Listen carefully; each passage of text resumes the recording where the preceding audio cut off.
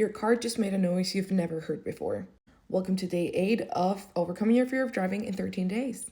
You're driving and suddenly, what was that sound? Number 1, do not panic and swerve. If it's loud, grinding, or metal clanking, signal, pull over when you can, and turn on the hazards. If it's a squeak or a small noise, just finish your drive and just get it checked later. Here's the truth, most car sounds are not emergencies. They're basically just a car saying, I need to check soon. But also, if you have a red dashboard lights, pull over. If it's dashboard yellow lights, get it serviced, but you're okay to keep driving.